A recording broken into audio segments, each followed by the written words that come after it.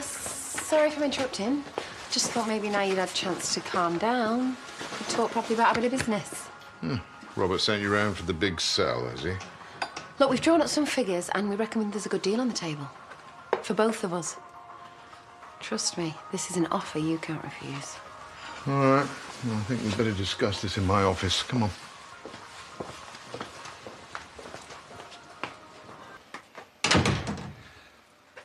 I know you didn't want to listen yesterday, but I'm hoping Charity's made you see sense.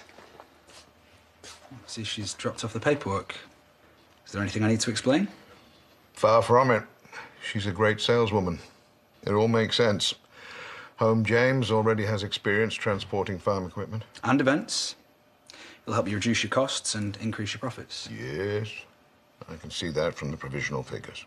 And I can see you're impressed. Indeed.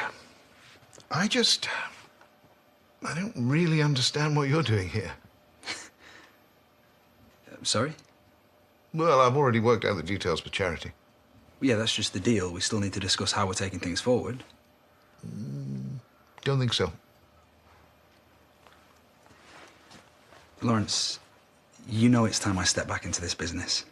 And this is the perfect opportunity.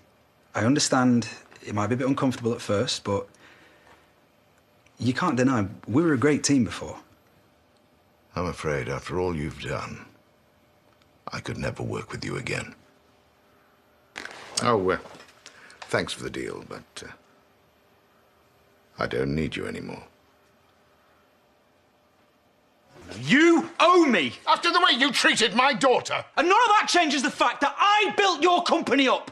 And I've saved your bacon enough times! I'm not denying that. But I think it's time for us both to move on. And with this check, you'll be able to start up your own business somewhere else, preferably far away.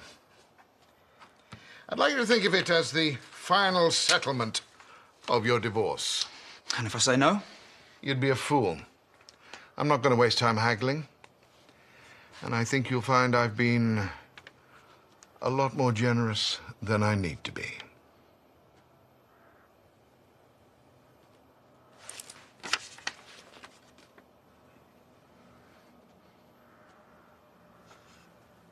We have a deal.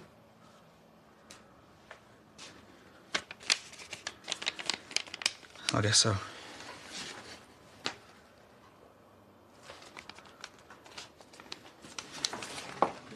Has Liv told you what she was doing in my room yet? I still reckon she was after nicking something. You don't know that. Keep telling you. She's trouble. Yeah, well, it seems the school would agree with you.